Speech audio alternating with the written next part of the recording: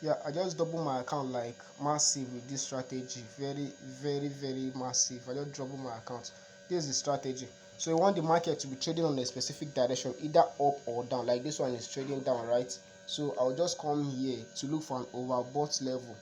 You understand why the market is still trading down? You understand? So right here, it just happened right here, right here. So with here, I'll just come to the main chart, look for a confirmation, like, or a candlestick confirmation, like here, the engulfing. It's happened here, a lot of candlestick confirmation happen here. So I just took my trade, and this is the result. Understand? I use it to massively, and the market is still dropping. The market is still dropping like crazily. You understand? I'm not ready to close this chart, this trade now. If you want the full strategy of this, I've dropped the video. I think network is not opening now. Just go to my YouTube channel, find the video, you see it there. Okay, this is the video right here. This is the video. This is the video right here. Just watch this video. You understand? Just watch that video.